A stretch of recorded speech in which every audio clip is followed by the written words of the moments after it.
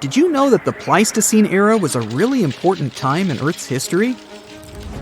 It's when the last ice age happened, and glaciers covered a lot of the planet. This period of time lasted for about 2.6 million years, and ended around 11,700 years ago. What's even cooler is that modern humans, like us, had actually evolved during this time, and had spread all over Earth before it ended. There were also some really fascinating animals that lived during the Pleistocene, like woolly mammoths and saber-toothed cats. Unfortunately, many of them went extinct at the end of this era. Earth has had some pretty wild weather patterns over the last 2.4 billion years. Although the planet is mostly ice-free, we now cycle in and out of freezing ice ages. During these glacial periods, temperatures drop, and huge areas of the planet get covered in ice. It all starts with a bit of snow, which then builds up over time. The ice reflects sunlight, making things even cooler. The result? Vast glaciers that slowly move toward the equator, changing the landscape as they go. And when the ice melts, sea levels rise again, and everything changes all over again. In total, there have been at least 5 ice ages so far. The first one was so intense that the whole planet turned into a huge snowball. Right now, we're actually in the middle of an ice age, but we're currently in a temporary warm spell that started around 11,000 years ago. These warm periods are called interglacials, and we're not quite sure how long they last. There are still massive ice sheets covering Antarctica and Greenland that hold 75% of Earth's fresh water. When these finally melt, it'll mark the end of the current ice age. Earth's temperature is affected by something called the Milankovitch cycles. Basically, the amount of heat we receive from the sun changes over years, decades, and millennia because of Earth's orbit, tilt, and axis angle. There are 3 different patterns to these cycles. The first is called eccentricity, which is all about the shape of our orbit. The second is obliquity, which has to do with the tilt of the Earth. And the third is precession, which is like a wobble as Earth spins. Depending on where we are in these cycles, we might experience colder or warmer temperatures. But other things, like the position of continents and the atmosphere, also play a role in our planet's fate. For example, our planet's orbit is not quite circular. It's actually a bit elongated, shaped almost like an egg. That means we're sometimes a little closer or farther from the sun, depending on the time of year. We call the point farthest away from the sun the apogee, and the closest point is the perigee. When we're at the apogee, we're moving away from the sun, but gravity eventually pulls us back toward it. This means our orbit changes a little each time, gradually shifting our position relative to the sun. Don't worry, even though the orbit changes over thousands of years, it doesn't have a big impact on our day-to-day lives. Changes in Earth's orbit can affect how much sunlight we get during the summer. This means that ice sheets in the northern hemisphere will melt less, and over time, they actually start to grow. As they grow, they reflect even more sunlight, which makes the climate even cooler and spreads the ice even farther. This process can last for a really long time, like 10,000 to 20,000 years, and eventually it brings the planet into its next freezing season. As for the next ice age, scientists believe it might be postponed indefinitely. They've found that our human interaction with the environment, like the use of fuels, could delay the next ice age by up to 100,000 years. Earth's past ice ages were linked to the amount of solar radiation and carbon dioxide concentration in the atmosphere, and this research can even help us predict future cycles. It's amazing to think that our actions now could affect Earth's future for thousands of years to come. And while it's not really important when the next ice age begins, it's pretty cool to know that humans have the power to shape the future on a geological timescale. Ice ages have had a huge impact on our planet and human civilization. So it's fascinating to think how our actions now might change things, maybe even for the better. What did life look like on our planet during the last ice age, though? Well, North America, for instance, was home to some huge creatures: mammoths, saber-toothed cats, giant ground sloths, and mastodons were just a few of them. And get this, even Europe had an 11-foot tall flightless bird that weighed almost as much as a polar bear. Meanwhile, down under in Australia, there was a giant lizard that lived in all sorts of habitats during the same time period. Even though some animals from the Pleistocene era aren't around anymore, you might recognize many of those that are still around today. In Alaska, for example, you can still find brown bears, caribou, and wolves. People just like us actually lived through the Ice Age too. Our species, Homo sapiens, has been around for about 300,000 years. And we've spread all around the world since then. Some of our ancestors stayed in Africa during the Ice Age and didn't feel the full effects of the cold. And others ventured out into other parts of the world, even into the chilly glacial environments of Europe. Our early relatives, like the Neanderthals in Europe, and the mysterious Denisovians in Asia, were also around during this time. Although they seem to have gone extinct before the end of the Ice Age, it's pretty amazing to think about all those different hominids that roamed Earth during that period. What's also fascinating is how our species managed to survive the Ice Age, while some of our cousins didn't. Some experts believe that our adaptability, social and communication skills, and the use of tools played a huge role in it. And guess what? Humans didn't just hunker down during that time. We actually moved into new areas. Fossilized footprints found at White Sands National Park in New Mexico prove that humans have been in North America since at least 23,000 years ago. That's close to the peak of the last Ice Age. While a full-blown Ice Age might still be far away, there is a possibility of a mini Ice Age coming our way. Some scientists believe that in about 10 years, we might experience a significant drop in solar activity, leading to colder temperatures in the northern hemisphere. This could result in conditions similar to the Little Ice Age in the late 17th century, when the Thames River in the UK froze over. While scientists aren't quite sure what caused that cooling, it's fascinating to think about the potential changes. We've done it before, so we know that humans will most likely survive the next real Ice Age, even if we don't manage to figure out a way to stop the next freezing era. But it would come at a high cost. All the ice that would cover most of the northern hemisphere would have to come from oceans, which would cause the sea level to drop. This could mean more land for some countries, but it would also create other problems. Sea levels going down might seem like a great thing at first, but actually, it could lead to some challenges. Having been covered with salt water for thousands of years, the new land might not be very fertile. This means it wouldn't be great for growing crops, and we'd have to find other ways to feed ourselves. Back when humans first started out, there weren't many of us, and there was plenty of food. Now, with over 7 billion people on the planet, it's a different story. We'll need to be resourceful to make sure everyone has enough food to eat. Put on your woolen hats, find the warmest mittens, and go buy the thickest blankets. The next Ice Age might be just around the corner. And the trigger is much more shocking than anyone might have expected. What's even worse? We have no control over our bitterly cold future.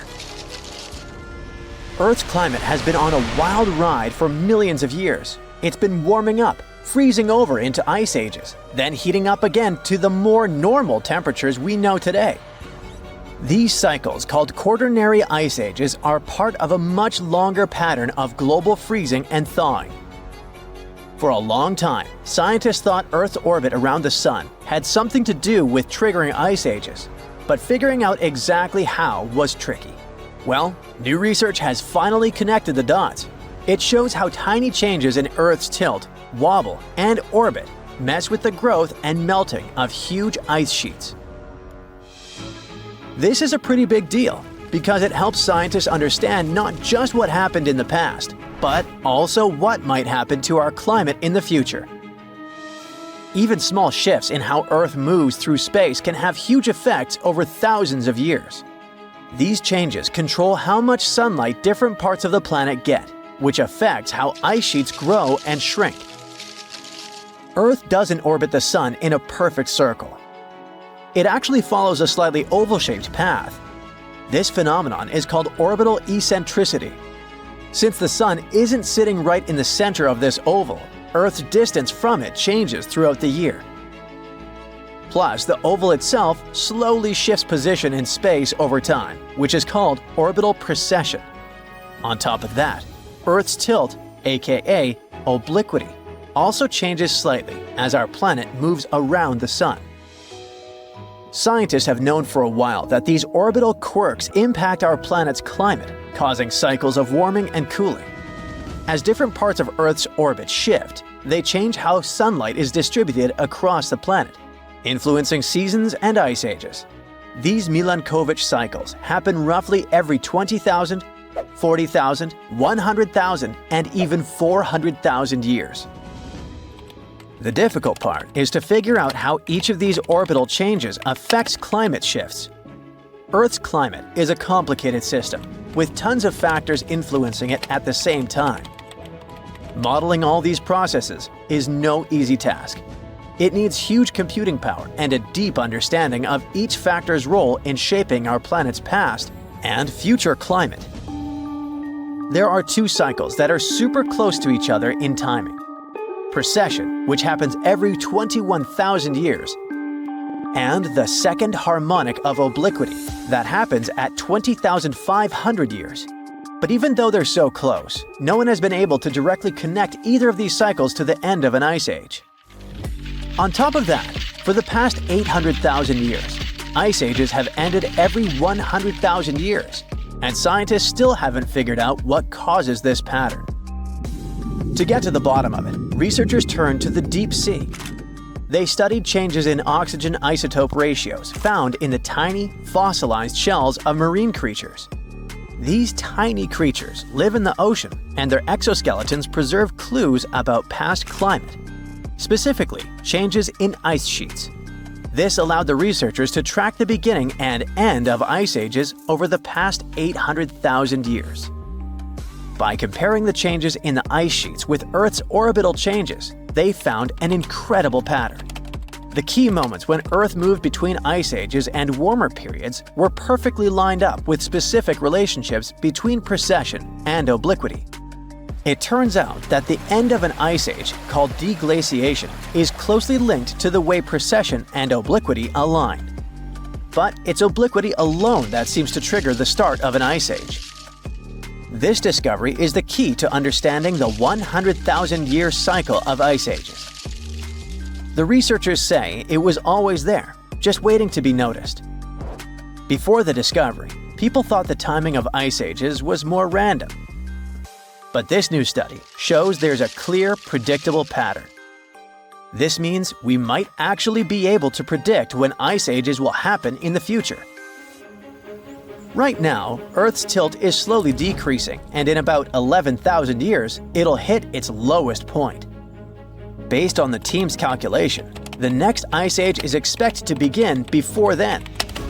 At the same time, according to the latest reports, humans have already started pushing Earth's climate off its natural path by releasing greenhouse gases. Another thing scientists are warning about is a massive shift that's happening in the Atlantic Ocean, and it could drastically change the world's climate. The Atlantic Meridional Overturning Circulation is a system of ocean currents that moves warm and cold water around the planet. And right now, it is showing signs of weakening. What will happen if it collapses?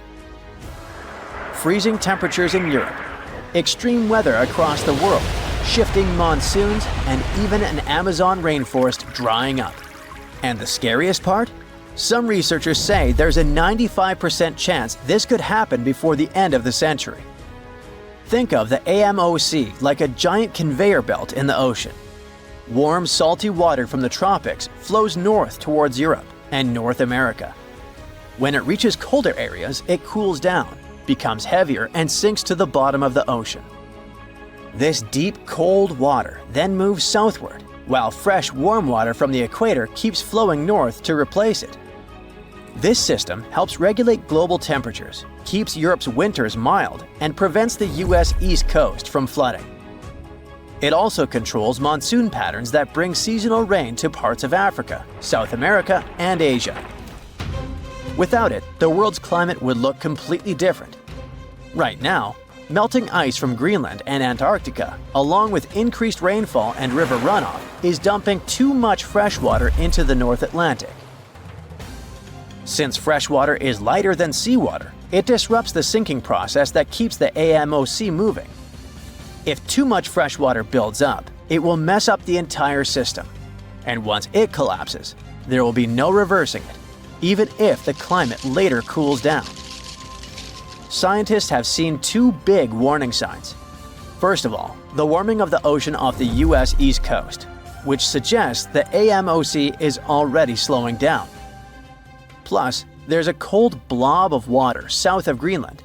It might be a sign of the weakening of the ocean current, and that's exactly what happens before the system fails.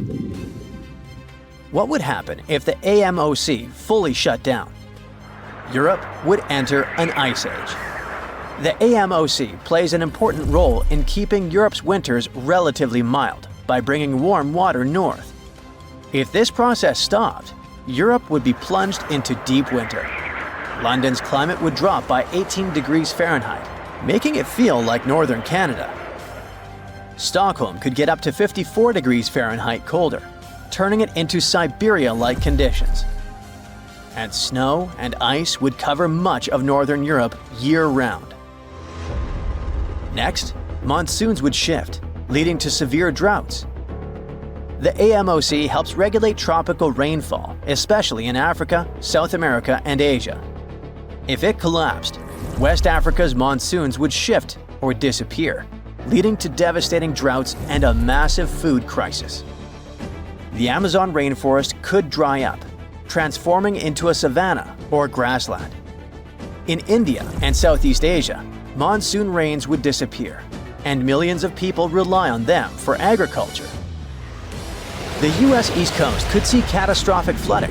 With the AMOC weakening, water is already piling up along the US East Coast, triggering higher sea levels and stronger hurricanes. If the system shut down, sea levels would rise by up to 3.2 feet, which would make the coastal cities more vulnerable to flooding. Finally, hurricanes and extreme storms could become even more powerful because of warmer waters along the coast. Now, how close are we to disaster? For thousands of years, the AMOC has remained stable, but recent studies suggest it's weaker now than at any point in the past 1,600 years. Ocean temperatures are hitting record highs, and many researchers believe we are dangerously close to the tipping point. A study published in Nature claims that if greenhouse gas emissions continue at their current pace, there's a 95% chance that the AMOC will collapse before 2100. Divers have found something incredible in a Florida sinkhole, and it was... Stop, we need to leave a warning here. You're about to hear some pretty unusual scientific information. This knowledge will make you the smarty pants in your friend group. But there's also a risk that they'll look at you as a nerd. So perhaps it would be better for you to keep this knowledge a secret. In any case, it won't be superfluous. So, you know that scientists divide the history of our planet not only by time periods, but also by which animals lived at a certain time. For example, 2,000 years ago, Earth was inhabited by the blobfish, and scientists call this time the blobfish period. It's a joke, there's never been such a period, but you get the gist. The period between about 419.2 million and 358.9 million years ago is called the Devonian period, or the Age of Fish. Do you know why? because the first fish began to appear on the planet. The Paleogene is the period of large mammals. The famous Jurassic period marks the appearance of giant dinosaurs, which we often see in the movies. Even now, we live in a certain period called the Quaternary period. It began about 2.6 million years ago and continues to this day. This is the time of humans and modern animals. So the next time somebody asks you what time it is, you can just answer, it's the Quaternary period. In short, the names of these periods depend more on what creatures inhabit the planet. The longest period is the Precambrian period, or Age of Early Life, the time when life on the planet started to form. Soft-bodied worms and jellyfish swam in the ocean, while microorganisms lived on land. This period occupies almost 90% of the Earth's total geological time. It started about 4.5 billion years ago and ended 540 million years ago. Oh, it's still a video about divers, don't forget. We'll get back to them soon. Considering all these periods, do you know which one is of the most poorly studied? A period about which scientists know almost nothing, especially about the animals that lived at that time. This is the Irvingtonian North American land mammal age. It lasted from about 1.6 million to 250,000 years ago. Scientists have very few fossils that belong to this time, but recently, everything has changed. In the USA, there's the Steinhatchee River, which stretches for several tens of miles in the area of Big Bend, Florida. And just 500,000 years ago, there was a sinkhole instead of the river. This is a hole in the ground that forms when water dissolves the upper rock. This rock is often limestone. Sinkholes appear in places with a lot of precipitation. Sometimes these pits can be invisible. They look like ordinary ground, but the soil in them is loose and can easily collapse. If you accidentally get into a sinkhole, people will hear your screams and help you. But in the distant past, about 500,000 years ago, when animals got there, they couldn't get out of the pit, so it became their grave.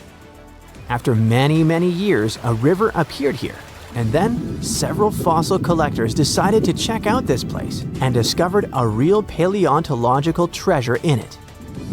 They plunged into the river and reached the bottom. There, in the murky water, they saw horse teeth sticking out of the sediment. It'd be pretty scary to find for many of us, but for these guys, it was the jackpot. After the teeth, they found a hoof shaft and the skull of an unusual animal. At that moment, the collectors realized they had made a major discovery. Over the years, the sinkhole at this place had been filled with sedimentary rocks. Then, the river compacted all this mass, which made it possible to keep everything inside the sinkhole in good condition. Many animals got trapped in this pit 500,000 years ago, and only now have people managed to get them out. More precisely, what's left of them. Divers have found more than 500 fossils belonging to ancient animals, including unknown species. They got well-preserved bones of ancient horses, giant armadillos, sloths, and a new species of tapir. The Florida Museum examined the remains and determined that they belonged to the poorly studied Irvingtonian North American land mammal age. Most of all, scientists were struck by two finds in this collection. The first was the remains of a giant armadillo-like creature, and the second was the skull of an ancient tapir. In case you didn't know, this is a very cute pig-like mammal that has a short trunk like an elephant. Divers in Florida found the remains of a distant ancestor of this animal, which may be a new unknown species. Most of the fossils in this sinkhole belong to early Caballine horses, a subgroup that includes modern domestic horses. The remains of horses are so well preserved that scientists have seen signs of wear on their teeth. This will allow experts to understand the diet of these ancient creatures. We often hear news about people finding the remains of ancient animals or dinosaurs in caves, ravines, or at the bottom of lakes. But imagine if they found such remains in a museum. It all started in the early 2000s, north of the Florida border in southwest Georgia. There was a mine where workers mined clay. One day, they found the remains of some ancient animals and gave them to the Florida Museum of Natural History. There, these remains lay in storage, waiting in the wings. And then one day, some guy started sorting them out and noticed a mysterious vertebra of an unknown animal. This little grab caught the guy's attention, so he returned to it over and over again. He studied it, trying to figure out what species the bone belonged to.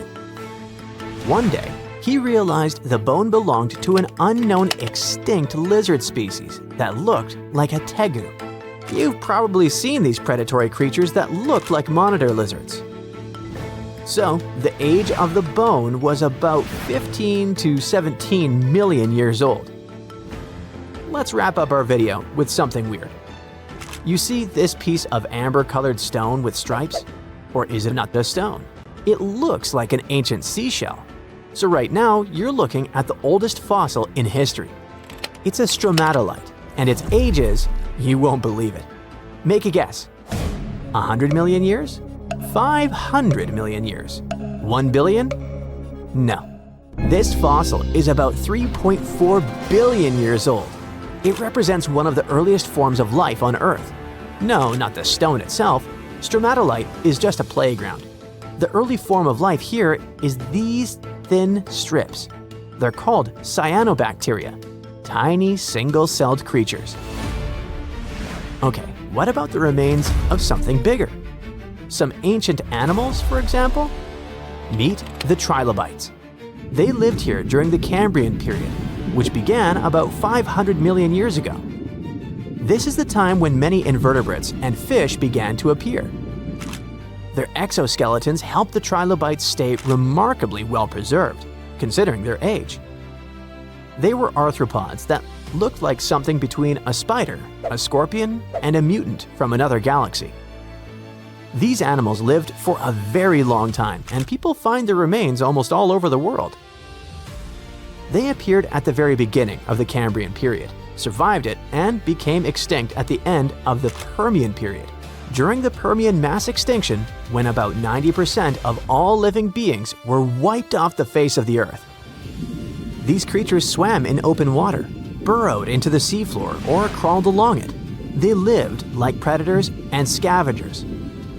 The front of the animal was protected by a strong head shield. It had crescent-shaped eyes and a calcified plate on its lower body. This plate covered its esophagus and mouth. It had several pairs of legs growing from its body. The trilobite could also curl up into a ball, like a woodlouse.